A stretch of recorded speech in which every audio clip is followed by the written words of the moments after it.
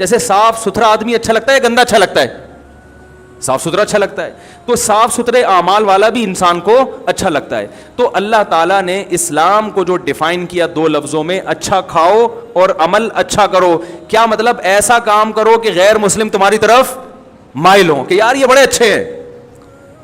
تو کوئی ایسی رسم اسلام میں جس کو دیکھ کر وحشت ہوتی ہو, اس کا مطلب ہے وہ اسلام, بولو بھائی, نہیں ہے.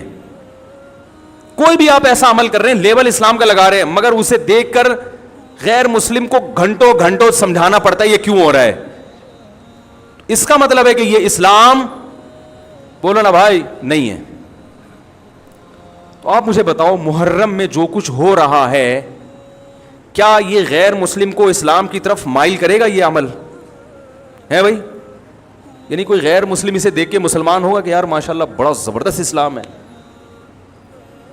افسوس ہمیں اس پر ہے کہ دیکھو, جن کا مسلک ہے, جن کا فقہ ہے, وہ جو کچھ کر رہے ہیں انہیں کرنے دو. اپنے بارے میں یہ فیصلہ کرو کہ ہم سنی ہیں یا شیعہ ہیں. فرقے شروع سے چلے آ رہے ہیں نا, شیعہ اور سنی. ختم کرنا تو ممکن نہیں ہے. تو حضرت عیسیٰ علیہ السلام جب نازل ہوں گے تو تلوار کی زور سے تمام فرقوں کو ختم کر دیں گے. تو جو کام عیسیٰ علیہ السلام کا ہے وہ خود کرنے کی کوشش نہ کرو, جو حضرت مہدی کا کام ہے وہ خود کرنے کی کوشش نہ کرو. ہم کسی فرقے کو ختم نہیں کر سکتے, لیکن ہم اپنے آپ کو ڈیفائن کر سکتے ہیں. ہم یہ بتا سکتے ہیں کہ ہماری رائے میں صحیح کیا ہے. تو میرے بھائی, نبی صلی اللہ علیہ وسلم نے فرمایا 73 فرقوں میں سے ایک جنتی ہے. تو یا تو ادھر چلے جاؤ, یا بولتے کیوں نہیں, ابھی نہیں بول رہے تو پھر عمل کیسے کرو گے؟ یا تو پورے ادھر چلے جاؤ یا پورے ادھر آ جاؤ. مجھے خدا کی قسم اس پر کوئی اشکال نہیں ہوتا کہ شیعہ لوگ ماتم کیوں کر رہے ہیں, شیعہ لوگ یہ سب کچھ کیوں کر رہے ہیں, وہ جو ہے وہ مرثیے کیوں پڑھ رہے ہیں. مجھے اس پر اشکال نہیں ہوتا. ان کے دلائل ہوں گے ان کے پاس, ان کے علماء ان کو بتاتے ہیں. وہ کب کہتے ہیں کہ ہم سنی ہیں؟ وہ کب کہتے ہیں کہ ہم صحابہ کو حجت سمجھتے ہیں؟ ایک چیز کا انہوں نے دعویٰ ہی نہیں کیا, تو ہم ان پر وہ کیوں تھوپیں ان کے سر پہ؟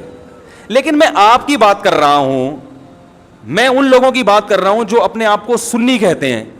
تو بھائی پھر سنی ہو تو جو اہل سنت والجماعت کے جو چاروں مکاتب فکر ہیں, حنفی, مالکی, شافعی, حنبلی, اہل سنت کے ہیں نا, ان کی کتابوں میں کہیں بھی اس طرح کی کوئی چیز, بولو بھائی, نہیں ہے. ماتم کرنا اہل سنت کے ہاں جائز نہیں ہے. نبی صلی اللہ علیہ وسلم نے میت پر چیخو پکار کرنے کو حرام قرار دیا ہے. نوحہ کو, جو میت پہ رونا پیٹنا ہوتا ہے, گریبان چاک کرنا, اس عمل پر آپ صلی اللہ علیہ وسلم نے لعنت فرمائی ہے. صحیح بخاری, صحیح مسلم کی حدیثیں. حضرت جعفر طیار رضی اللہ تعالی عنہ, نبی کے سگے چچا زاد بھائی, میدان جنگ میں شہید ہوئے. 4 بیویاں بیوہ ہوئی ہیں, چھوٹے چھوٹے بچے یتیم ہو گئے. آپ نے ان کی بیویوں کو زور سے رونے کی اجازت نہیں دی. اتنا غضبناک ہوئے, جب وہ باز نہیں آئے آپ نے فرمایا ان کے منہ پہ خاک پھینک دو. حالانکہ بیوہ ہوئی ہیں, قابل ترس ہیں, لیکن چیخ کے رونے کی اجازت, حالانکہ وہ تو اہل بیت میں سے تھے. حضرت جعفر طیار ظلمن شہید ہوئے تھے.